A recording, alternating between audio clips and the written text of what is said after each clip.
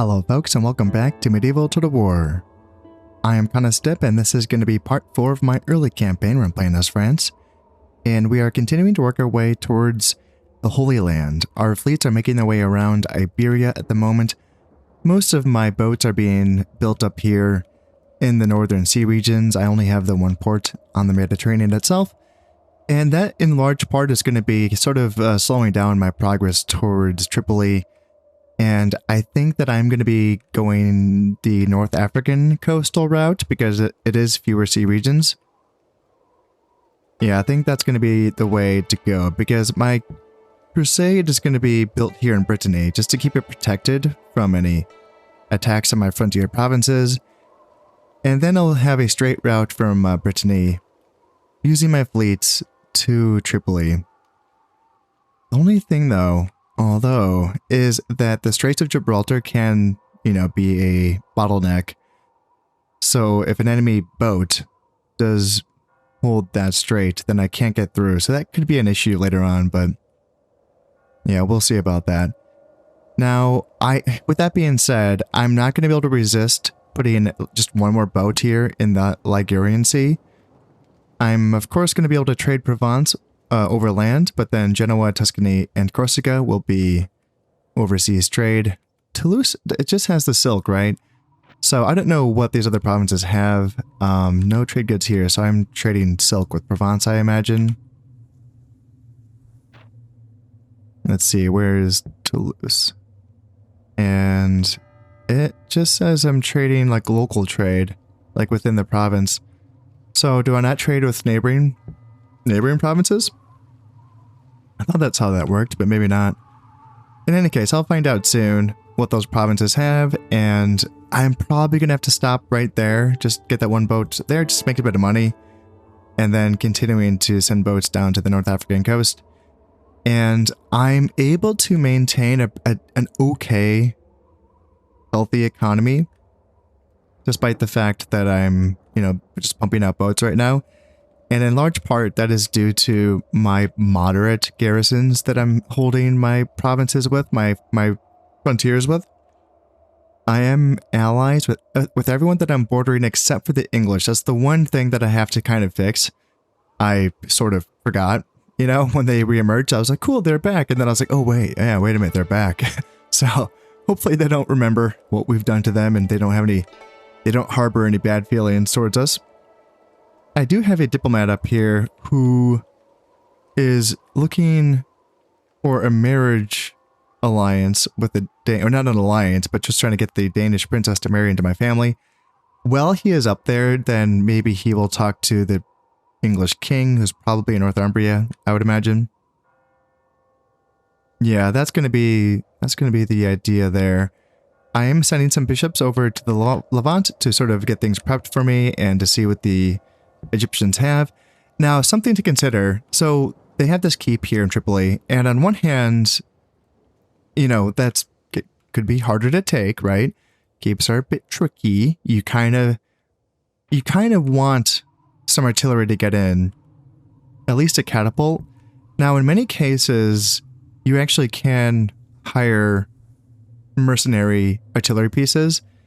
In this case, the ballista would help out just to kind of get me through the front gate. Yeah, I don't know.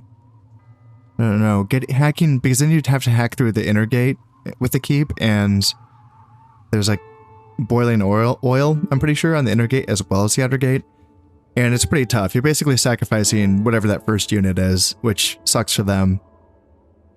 But you're not going to be able to hack your way through the walls of the inner keep area because those are going to be stone. So the ballista's not ideal. I would rather have a catapult, honestly, or two.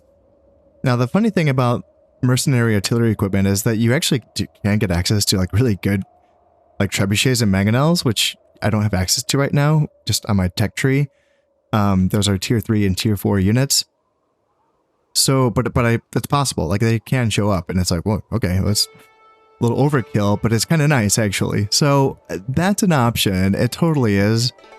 I might not even need to build my own siege equipment building here. But another idea is that there's this weird thing where if you invade a province with overwhelming force, and I mean overwhelming force, then a lot of times what the AI will do is just abandon the province. And I don't mean they will retreat to their keep. What I mean is they will just completely abandon the province. It's really weird. I would say it's stupid because you should always retreat to the keep. That's the point of it. You know, even if you have just a few units, they're difficult to assault. You're going to take casualties as the attacker. And at the very least, it gives neighboring friendly regions, time to react and respond to that attack and, you know, maybe try to take back the province. So you should always retreat back to the stronghold. That's why it's there. So it's weird that there's a calculation that the AI makes sometimes where they say, no, we're just out of here. And it's pretty silly. Like, you know, they shouldn't do that, but they do sometimes.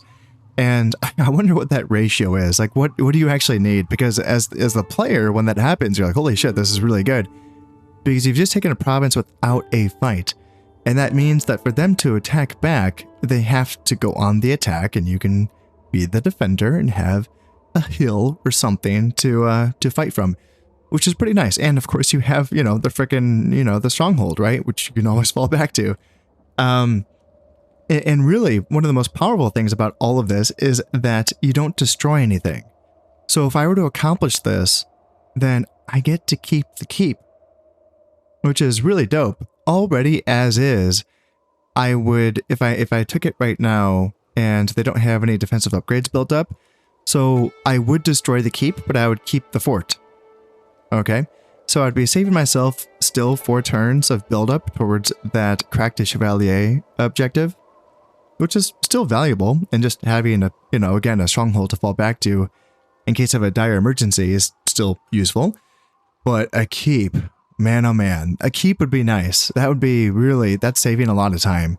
That is saving 12 turns of build-up to get to that goal, and, you know, in total, right? So, yeah, that's something worth considering. Now, I haven't begun to build up my forces yet for this crusade because I'm trying to wait until the last moment, just because I am spending a lot of money on boats. Boats are expensive, their upkeep is expensive, and they're not paying for themselves yet. And like, none of them are actually, are they? Because I wouldn't be trading with this port because I'm neighboring it. I thought that's how that worked. Maybe I'm wrong about that. Let's look. So Normandy doesn't have anything. Flanders, yeah, it's going to be in here, and then I go Flanders. You have trade, right? Yeah. Okay, Flanders. Do I not have the building built up? Oh shit, I don't. Okay, oop, my bad. Yeah, so I queued it up so that trading post needs to be built up, and then I guess I'll find out afterwards. Brittany, do you have your thing built up? You do. Okay, so maybe I can at least look at Brittany. And we are trading with Navarre. Yes, we are. Okay. So it's just neighboring ports. So Toulouse, yeah, it has the trading post.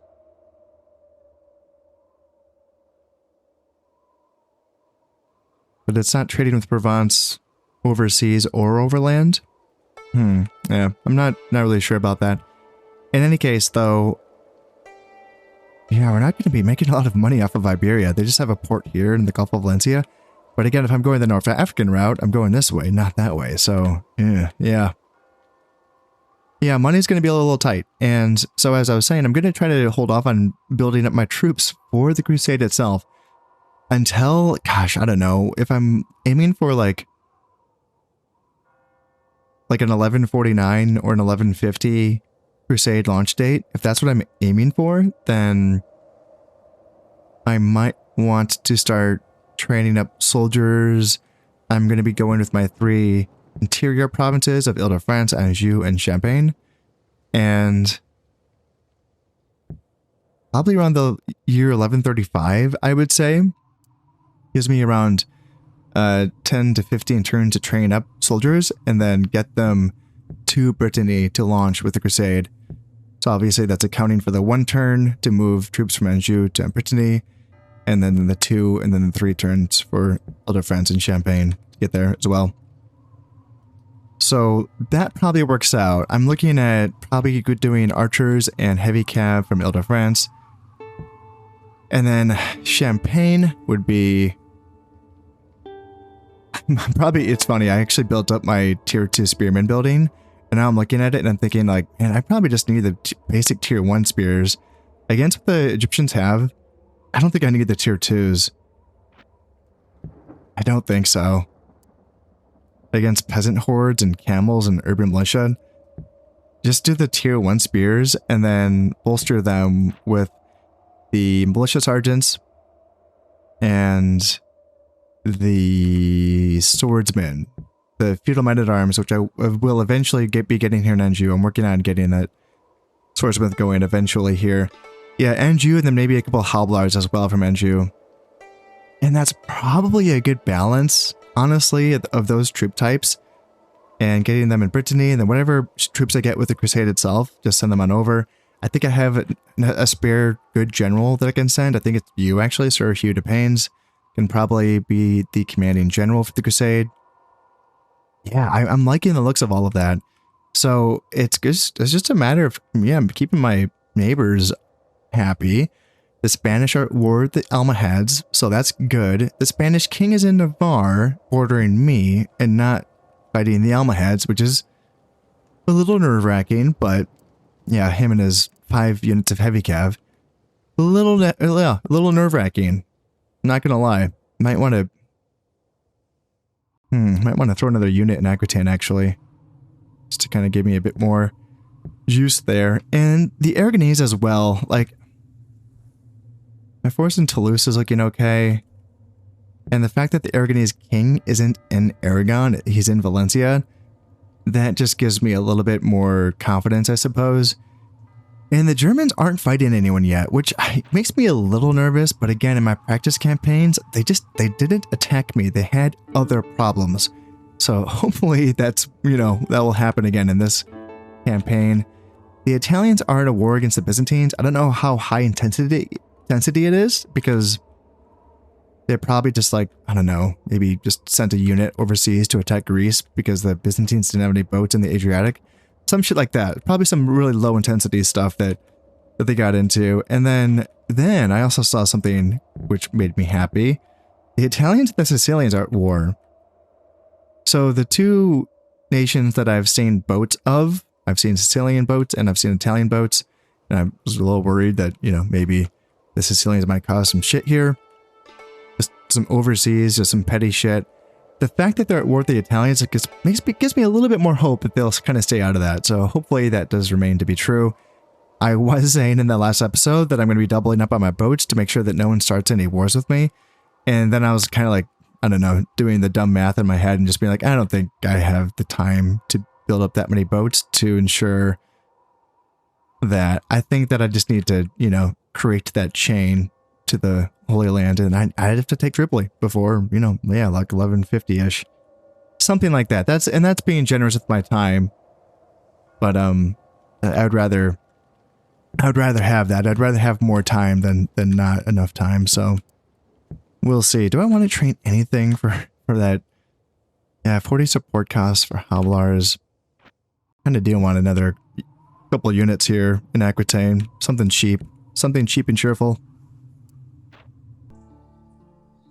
Here we are in the very next turn, and all of a sudden the Aragonese look a little bit more threatening than they did in the last turn. Things can change pretty quickly, especially when factions only do have 2 provinces. The Aragonese seem to have brought more troops up to Aragon now, and they have 2 of their agents, a emissary and a princess, in Toulouse. And in many instances, that seems like that, represents the AI spying, which, yeah, I mean, they are. And there's nothing that I can do about that. I don't have any assassins that I can use to hunt down these characters or these agents. So they're just going to be able to see whatever they want. Do they even have a border fort or watchtower? They do not. So this is their only way of viewing and spying on Toulouse. I've sort of preemptively brought down my cav unit that was garrisoning Anjou, and I brought down one of the peasants as well. Yeah, an extra peasant unit up here. sometimes it just kind of feels like numbers. It really just kind of demonstrates to them that they shouldn't attack, which is weird because they should, you know, with their spies, they should know that those are peasants and not anything else. But yeah, I'm gonna train up a couple units, some Hobilars and some archers. I'm sort of bolstering my southern defenses. I didn't want to have to do that, but really trying to deter the Aragonese from attacking me is going to be pretty important. I feel less threatened by the English. The English, the thing is that they go heavy on their archer spam because they have a faction bonus of having a discount to training basic archers. And that tends to mean that the AI really just goes bananas with that type of unit. In fact, I wonder if that's why the Spanish, I don't know, did the Spanish get a discount for the Genetes? I don't know if that's true, but that would explain partly like why they train so many of them, right? But in the case of the English, that makes, I just kind of feel like, okay, like mass archers can be dangerous. It can be, but I mean, if I got 3 units of heavy cav, I mean, that's kind of a lot for archers to handle. And then, yeah, some archers, some spearmen, some urban militia. It's not, you know, super great, but if this is like all archers, like here, even this is mostly archers, some feared men, peasants, and 1 unit of heavy cav. Like, it's not that threatening. And my emissary is seeking out the king right now. The Danish princess that I was seeking her hand in marriage, she must have married the English because she is no longer available to me. And instead of pivoting to maybe talking to the Polish princess, I'm just going to go for that alliance right now. I'm more concerned with the English than I am with getting my 4th son married. Yeah, this seems to be my priority right now. Ooh, shoot. Okay, so the English did say no to my alliance proposal, so that's unfortunate. Now, I do have some princesses who are on the way. Let's see, Adela. So she's going to be of age in 4 years. Maybe she can talk to the English and maybe she'll convince them. And let's go, you go back to trying to find a wife for one of my sons. And yes, we got a boat in the Ligurian Sea now. So how's our income looking? Making 17. Okay. Yeah, not super great, but it is what it is. And it was pointed out to me, in fact, actually, a while ago, but this is something that is useful for those of you who don't know this. When your boats have 1 turn left on their build time, that means that you can go ahead and move everything ahead. So I can do this, and then this, and then this, because the boats in both Aquitaine and Brittany are 1 turn away from being built. So that's going to count.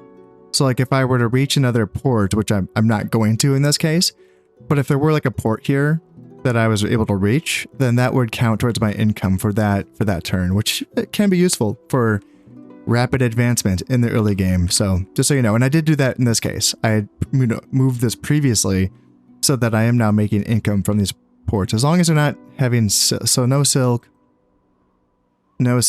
and silk. So I'm not trading with Genoa to Toulouse, but I am trading with Corsica and Tuscany. So I'll take it. I'll take whatever I can get. There is something else that I want to stay on top of, which is that I don't want to be falling too behind on building up to getting my next tier units. That's something that I really fell behind on in my English campaign because I was so hyper-focused on my crusade objectives that I just didn't have the time and resources to spend any money on teching up. And it's something that I feel like can be done at a reasonable cost in the early game because buildings are typically pretty cheap. And here in Toulouse, for instance, this is going to be like a really important province for us militarily because we can get chivalric knights with +1 valor, which is going to be insane. That's going to be so powerful. And it's also going to be really badass playing France with these like really heavy elite knights. Like that's just kind of, that's what you think of when you think of France in the medieval ages. So the thing is that chivalric knights is going to be a tier 4 unit that's a citadel. So it's going to take a little while before we can get there. But they are available once we get to the year 1204, which is going to be the high period.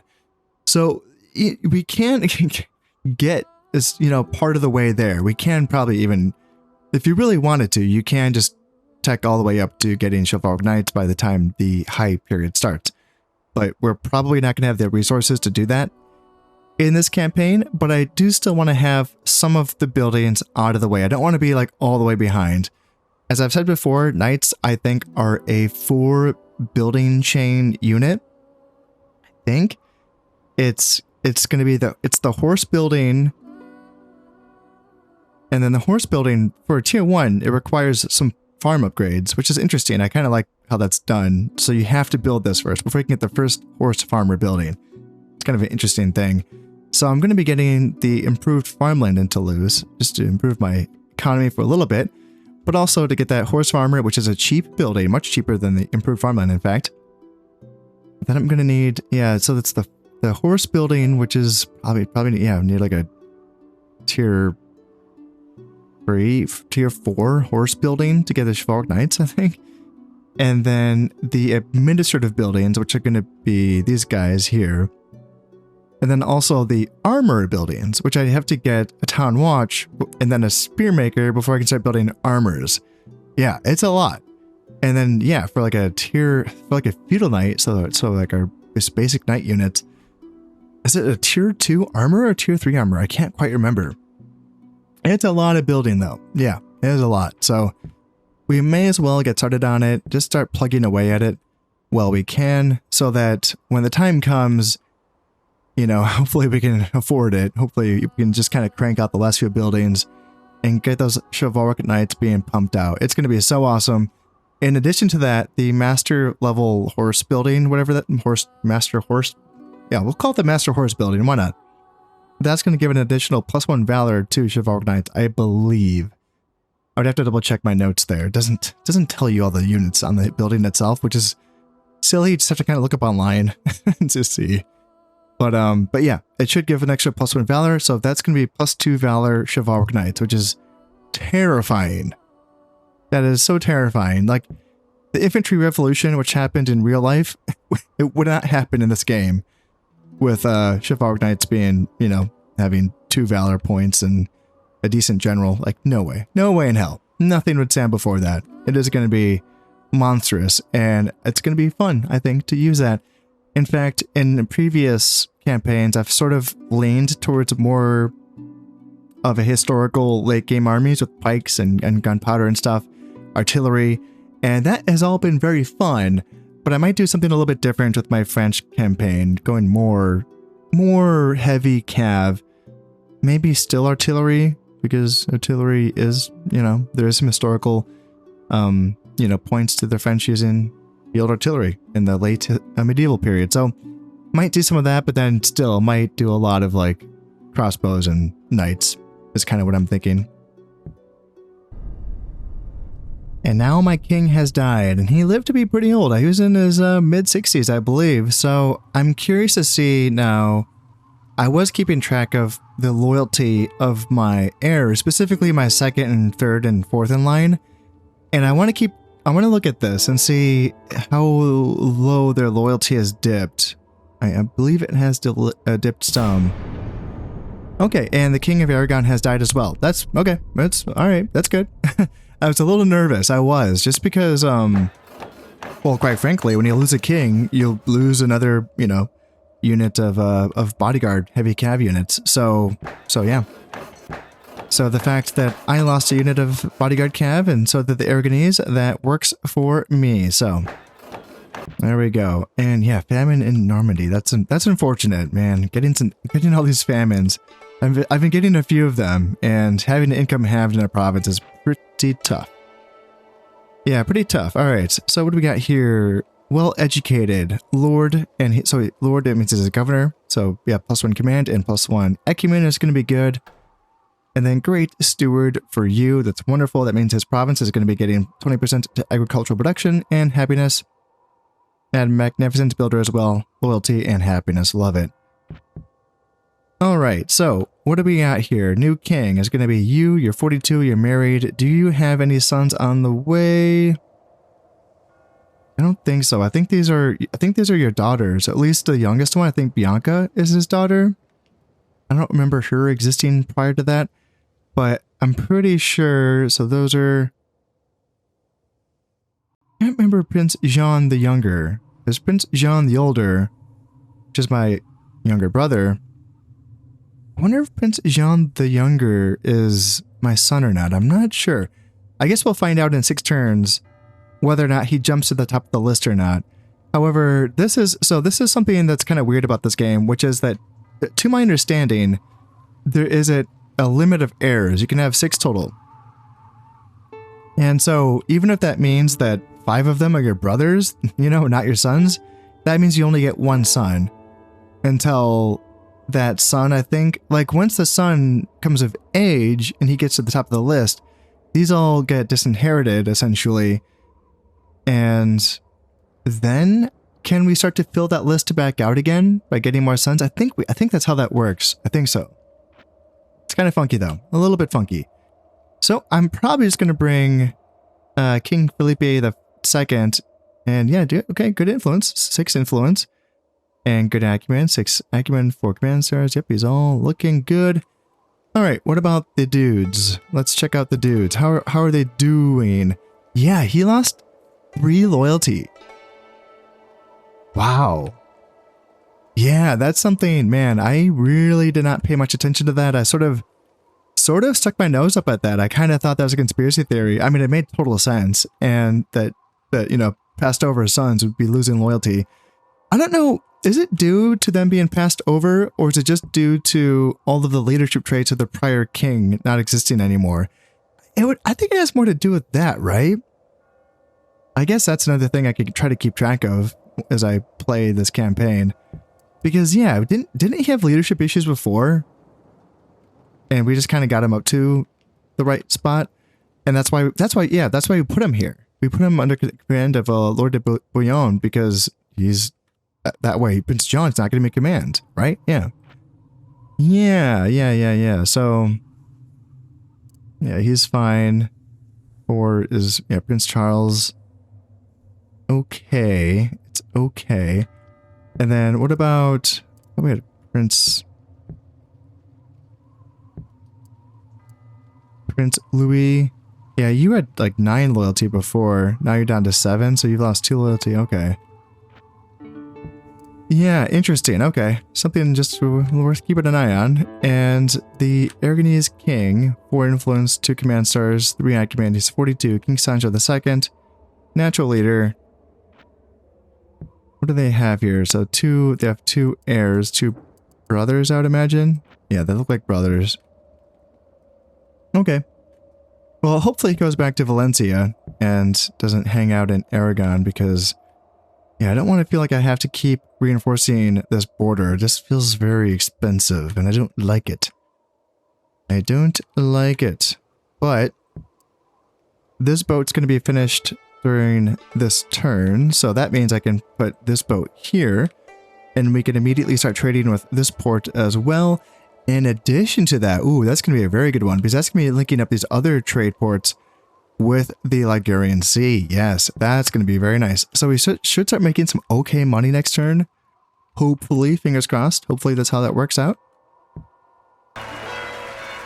Wonderful now. One of my other, at this point, one of my brothers has gotten married to the Polish princess. Yeah, that is good news. So I think that's going to be Prince Charles, who just got married. Yeah, 27, you're married, and then Henri is going to be of age next turn. Philip is going to be of age in 5 turns. And same with Prince... Yeah, so yeah, Prince Jean has to be my son, right? Same woman didn't give birth to 2 kids at the same year. I don't think they're twins. I don't think that's how that works in this game. Yeah. That's probably what's going on. Okay. And how's our income now? Making 4,700. Not bad. Considering that last term we were making 3,600. That is quite a decent jump, I would say. And are the Italians and Sicilians still at war? Please tell me that they are. They are. Good. Yes, fight. Fight, you two. Fight. And leave me the fuck out of it. I don't want any of that smoke. I just want to hang out with the Egyptians.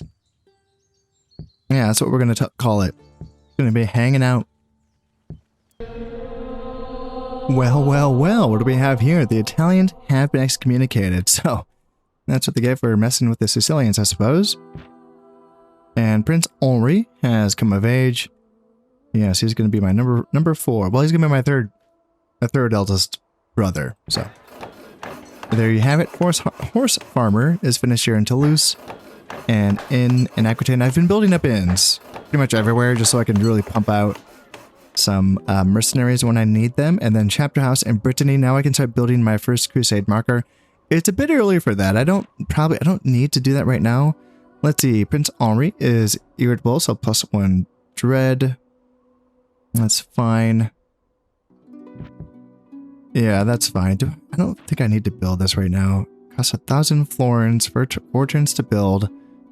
Yeah, now I can't just build a bunch of them so that they're ready to go.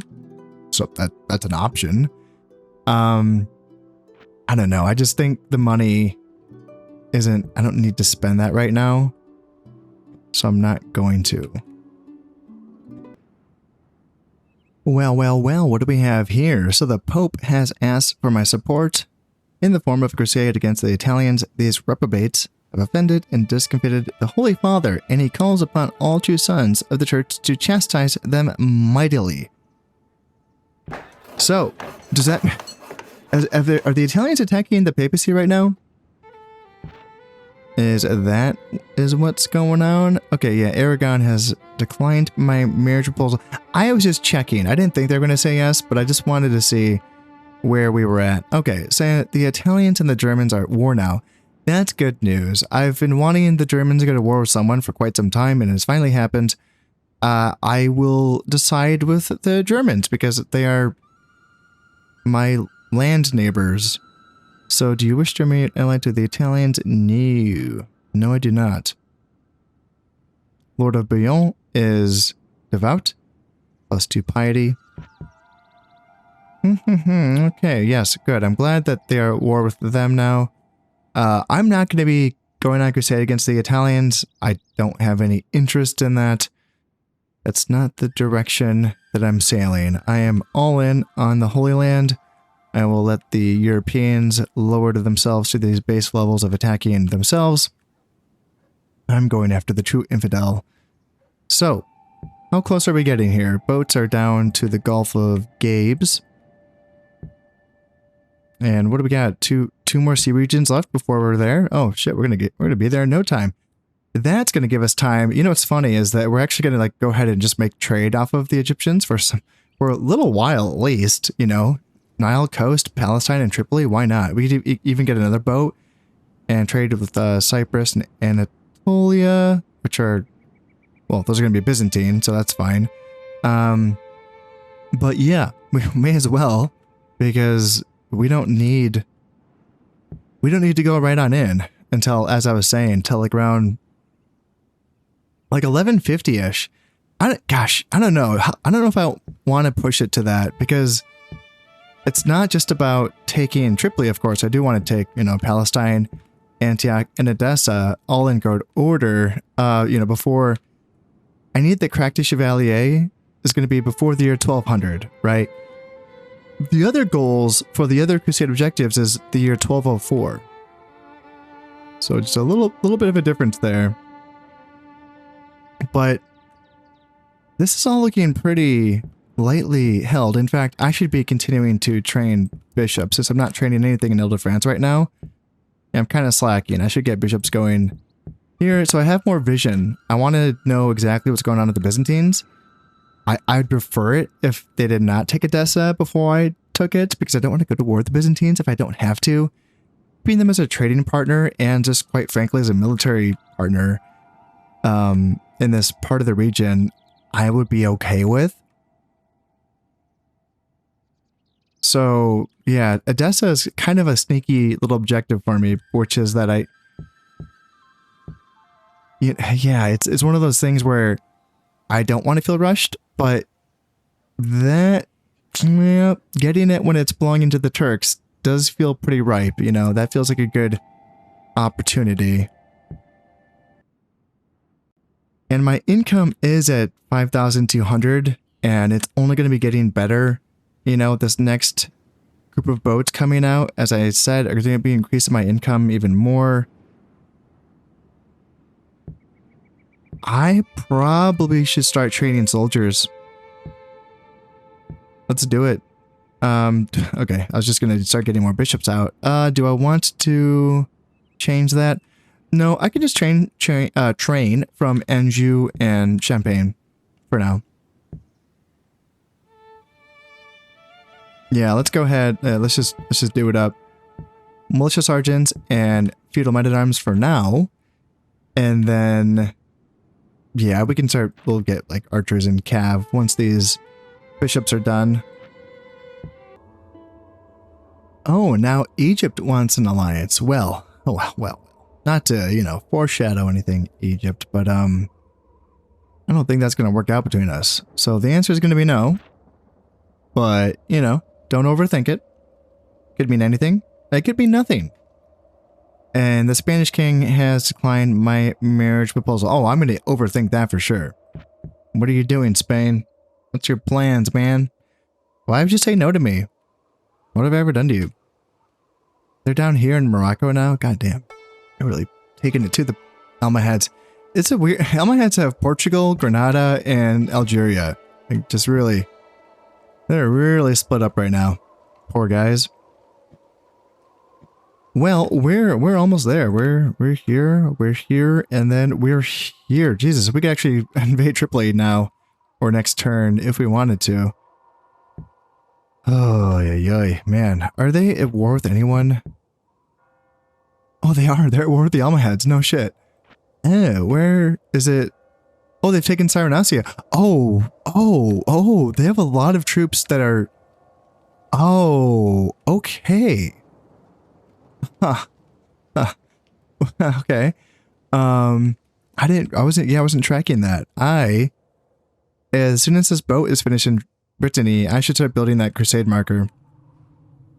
Yeah, this crusade might be happening a lot sooner than I had initially anticipated. This is an opportunity. With that many troops this far away from where I'm going to be attacking. Yeah, this is go time.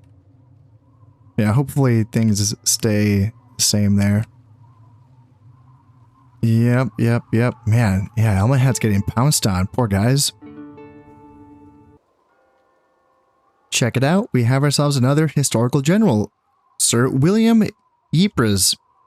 I mean, come on. As if I know how to say that. Please. That's not a word. That's a noise that you make. Well, he has 5 loyalty and 4 command stars and 5 acumen. Yeah, very solid. Very, very solid. No traits. Which is weird. Usually they come with traits, but not Ypres. Not him. Nope. But he is in a unit of feudal men-at-arms, which is solid. That's an okay unit for a good general to be in. For sure, way better than urban militia. God, I feel so sorry for these 5-star generals stuck in an urban militia's skin. Yeah, that must be an awful feeling. And the very next turn, Egypt has gone right into Tunisia. They are not wasting any time. Their Nubian spears and camels and Saharan cav are unstoppable. Their Ghulam cav, their sultan, is leading the way. His 3 command stars. Yes, so the Almohads just went straight into civil war then. So this army is going to be a civil war army led by Sir Ali al-Mutamid. Yes. Yeah, that's pretty rough. 5-star general. Goddamn.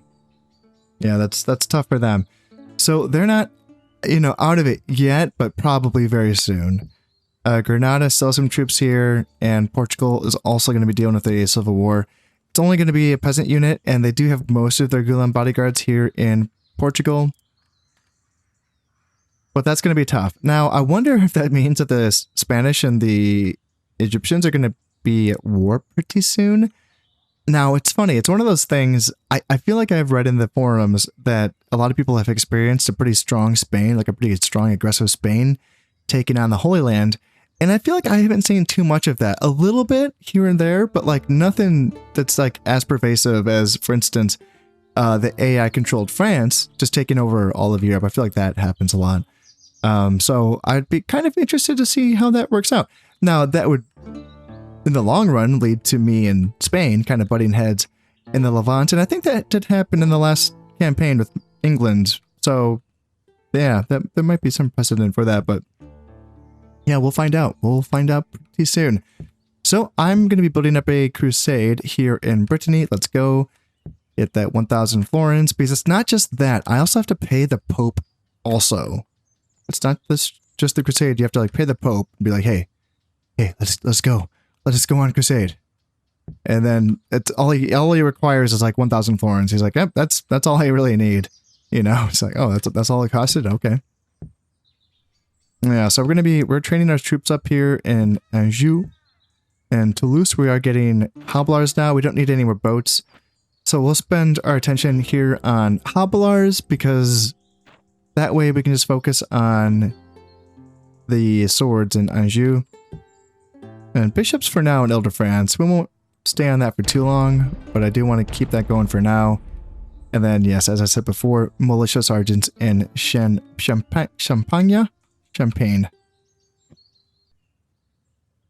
And I do want to apologize to any French people who are watching this campaign. Not for any reason, like not for my pronunciations. I'm just sorry in general that you're French. I'm just kidding. I shouldn't make that joke. I have French ancestors. I have a French last name, so I should not be making that joke. And now Prince Jean has come of age, so I'm curious to see if this is going to be my actual son here. I think it is, and then Prince Felipe as well. Spearmaker finished in Toulouse, still just kind of, you know, getting these cheap little buildings out of the way on my way towards getting Chivalric Knights at some point. And Feudal Knights before then. Feudal Knights are good too, you know? It's very, very solid. Very solid.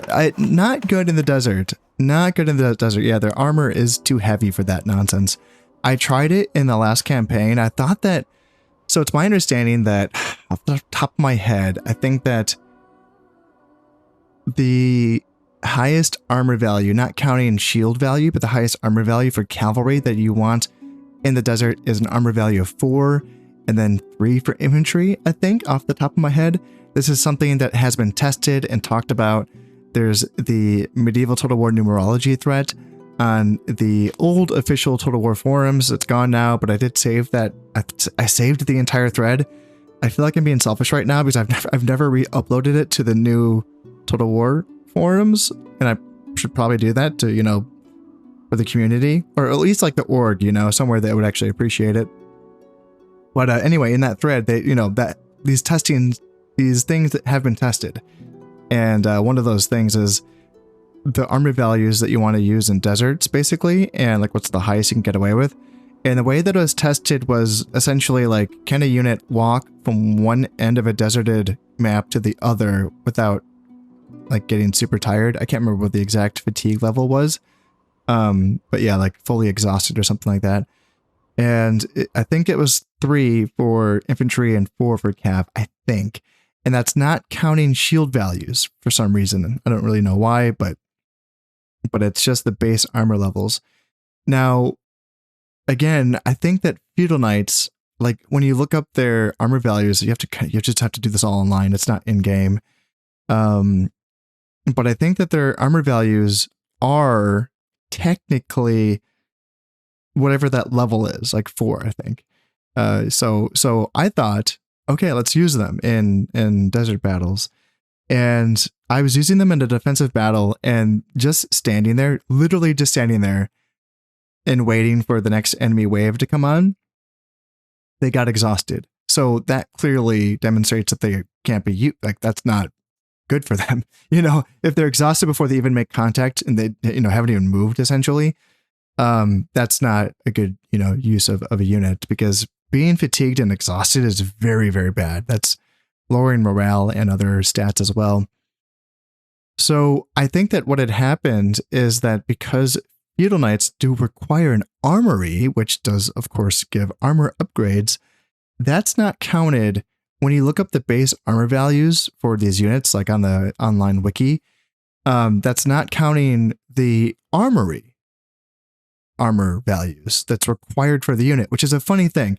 It's the same way for the Naginata units in Shogun Total War, where the base armor values aren't including the armory that's necessary to build those units as well. So it's the same thing there. And I'm pretty sure that's what happened.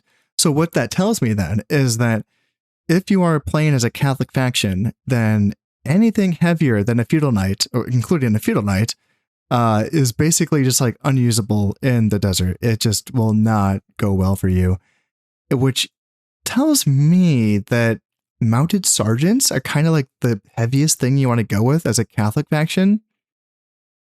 That's not that heavy. Mounted sergeants are pretty medium level cav unit. They have a decent charge bonus. In fact, I think their charge might be as good as a feudal knight. I can't quite remember. But obviously, yeah, just lower armor, right? And I guess that might be good enough. I guess, you don't want stuff that's tired for sure. So something to keep in mind. Also, I did end up building a siege engineer's workshop here in Ile-de-France, as you can see. I decided, you know what, rather than just kind of counting on the luck of the draw and hoping that I can recruit a mercenary artillery piece, how about I just build a couple catapults?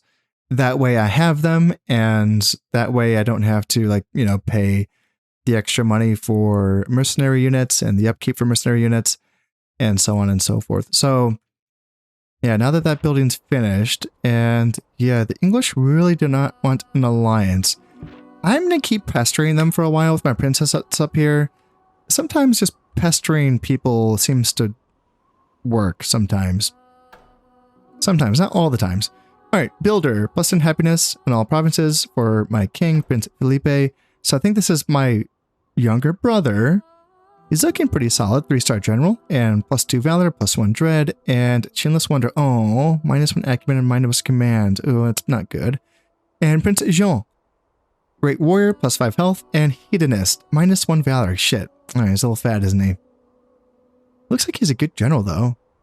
Okay, that's okay. All right. All right. Anything else? Anything else? Oh no, Sir William Yeeper. Minus 1 valor. That sucks because he's like an actual decent fighting unit, or at least he was until he ate too much. But he's still a 4-star general, so there is that.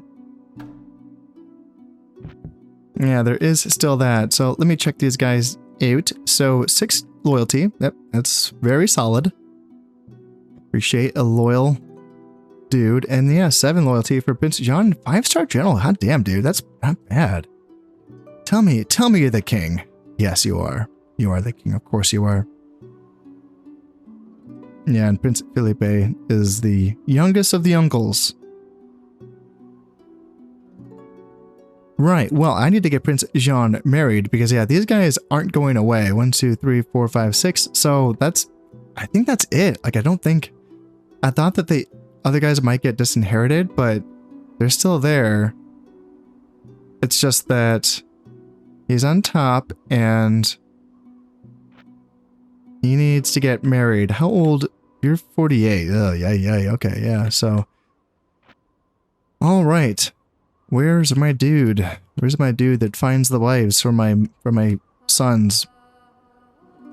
You're around here somewhere. I thought you were in there.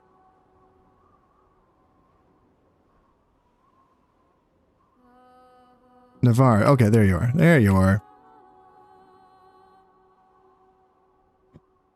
And one way is, if you're wondering like how to toggle these off, by pressing Z, you can toggle through, agents and armies and whatnot.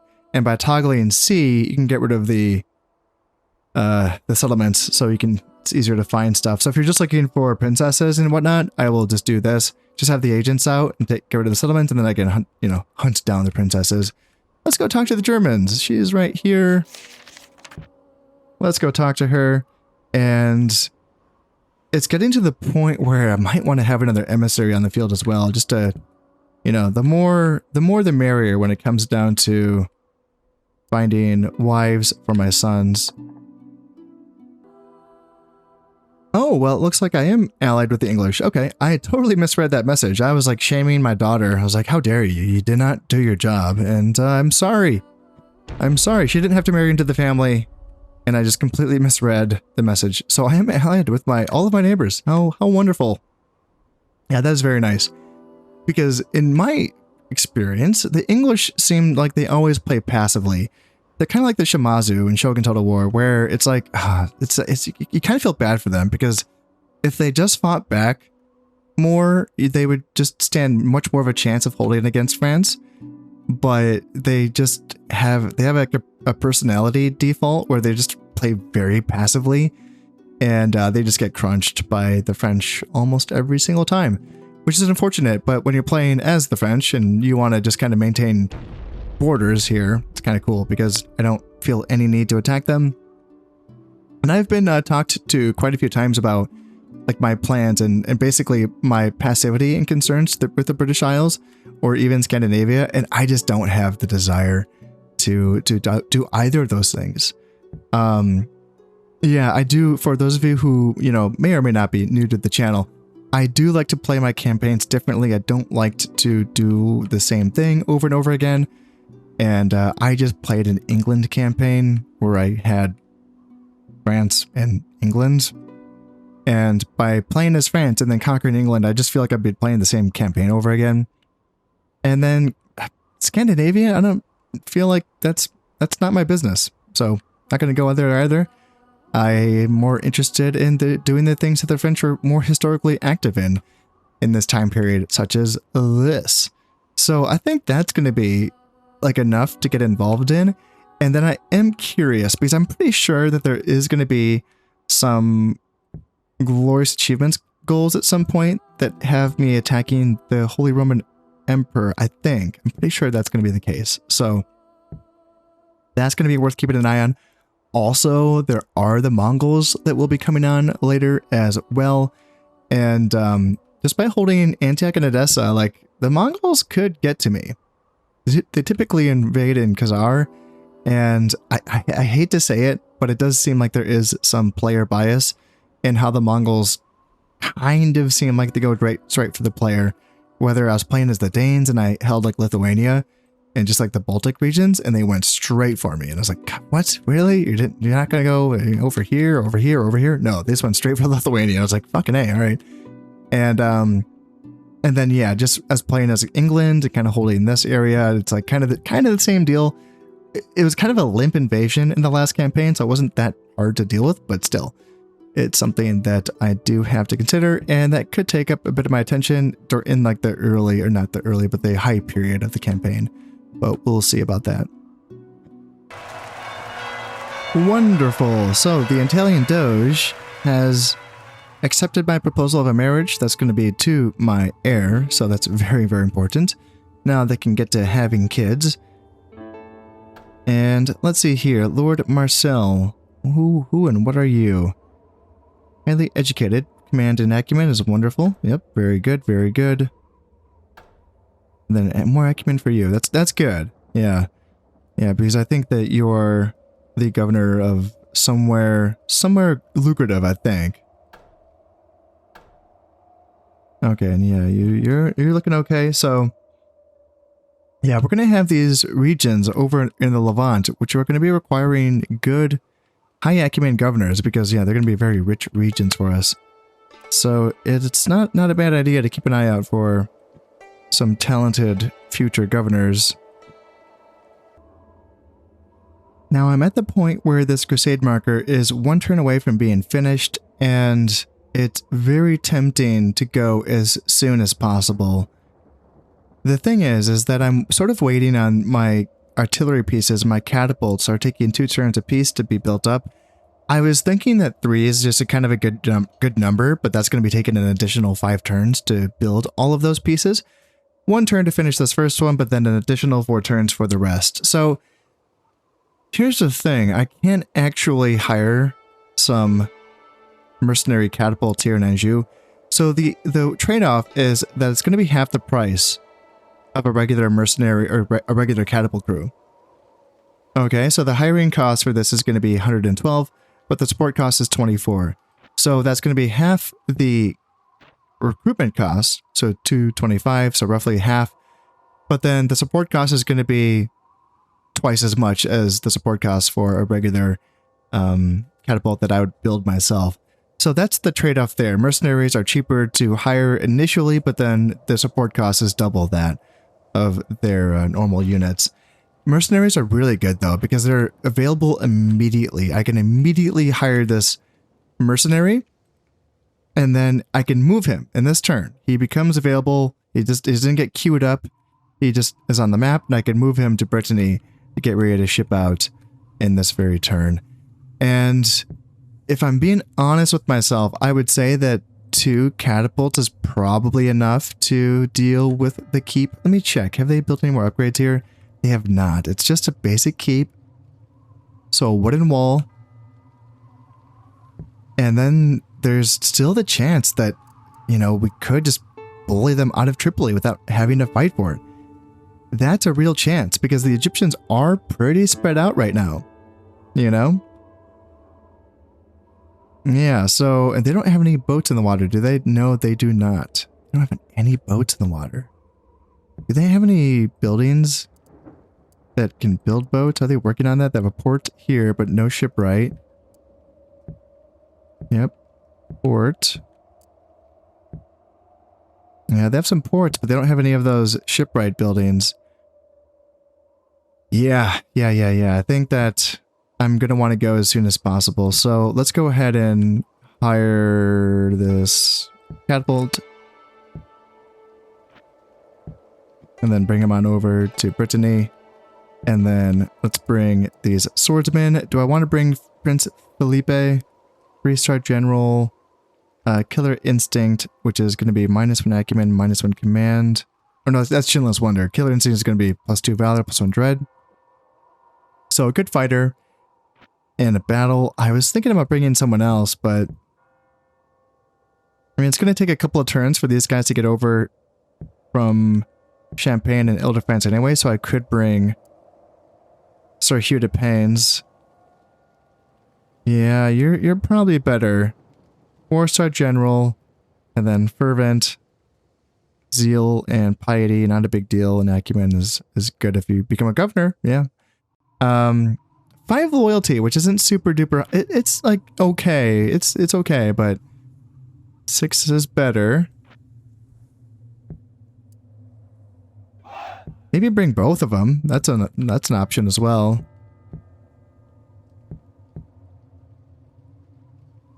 I don't know. I like keeping a lot of people here on the border with Aragon as well. That's another thing that I do appreciate.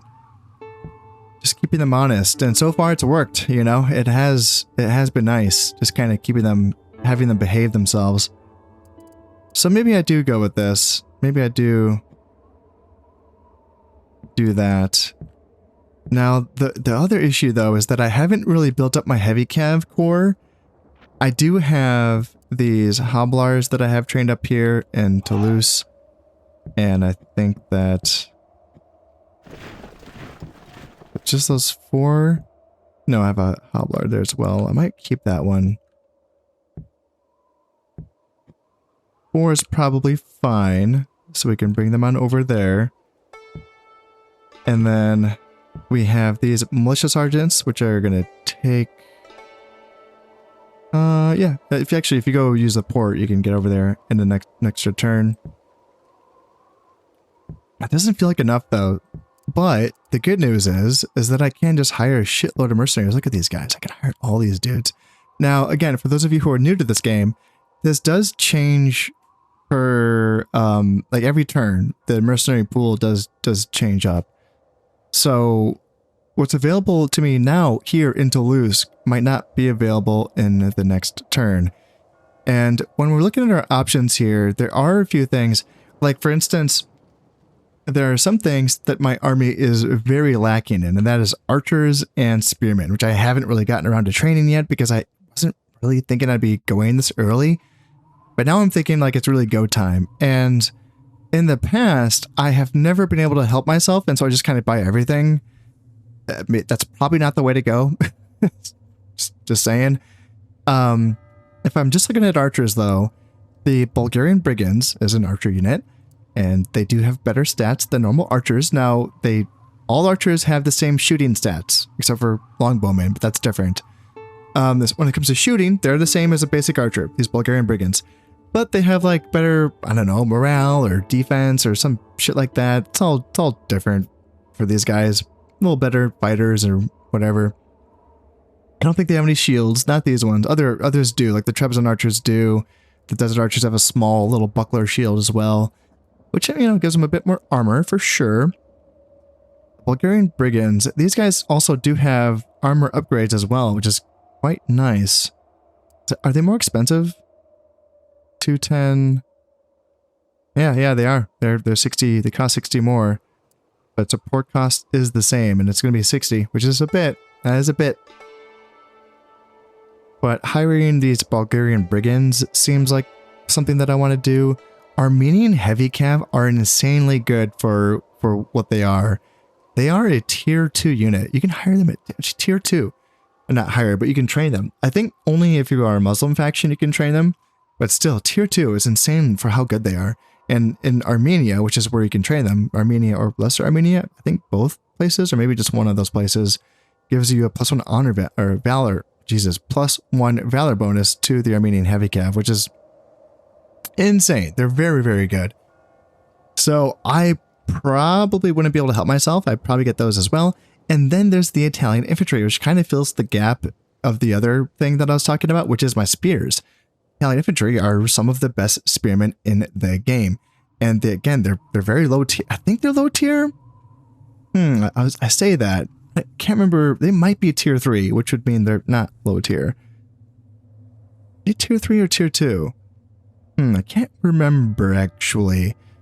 But they're very good. They're spearmen that can actually like hold up against non-spearmen units. Like they can do okay against swords, which is weird to see that happen. I don't know if they can beat field men-at-arms, but like they can do pretty well. So they're going to be very tempting to get as well. I might have to hold off on the other units that I'm looking at, like the Steppe Heavy Cav. It's a good hybrid Cav unit. Horse Archer, which can also fight in melee. Same with the Faris, which is very similar. Not as good as Steppe Heavy Cav, but very similar, and has an armor bonus as well, which is nice. But if I'm just kind of like...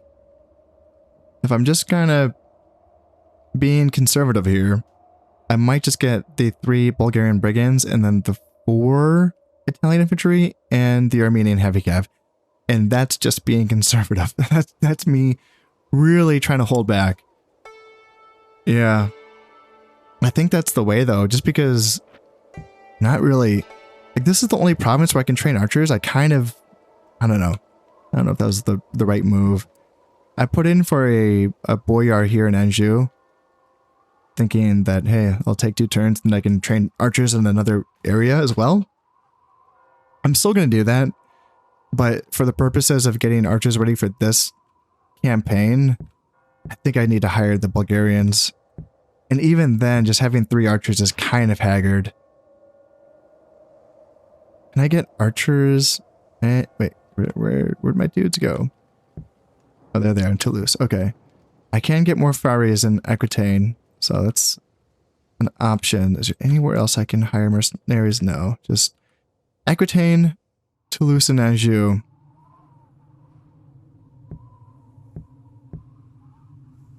Yeah, let's do it. So that's going to cost 970. Bring them right on over, and then let's get the other you and you and then you, and then leave the rest. Oh, it's so tempting. Steppe Heavy Cav. It's very, very tempting, but I feel like that's a luxury that I just don't need. The good thing is that the Egyptians don't have a low tier horse archer unit, unlike the Turks, which absolutely do. And I will be fighting them relatively soon, so, you know, I will want a lot of archers when I'm fighting the Turks, just because archers can't counter their horse archers. But the Egyptians, not so much. They have a tier 3 horse archer unit, but they don't have a tier 1 or 2 horse archer unit. So I don't have to worry about them just kind of being at a distance and harrying me. They're going to have to come into melee. You know, that's what the Egyptians are going to have to do. And their camels and their spears can do an okay job, but I don't know, their peasant hordes and their urban militia are really going to struggle against my swordsmen and my militia sergeants. So, and yeah, my Italian infantry now as well. And then we are going to be getting some Crusade units as well. Not like an insane amount. What do we have here? Zeal's at 58%. So I think that Zeal does contribute to how good your units are for the Crusade. So I actually should consider... Can I get a Reliquary, or is that a tier 3 building? That might be a tier 3. Yeah. Because that's the building that allows me to train Inquisitors, and that lets me raise Zeal, and therefore, you know, get better Crusades eventually. Yeah, tier 3, eh? That's a ways up there. Yeah, I don't know if that's what I want to be shooting for right now. But that is all going to have to wait until next time, and I'm very excited to launch this Crusade. For most likely is going to be in the next episode. So thank you all for watching, and until next time, peace.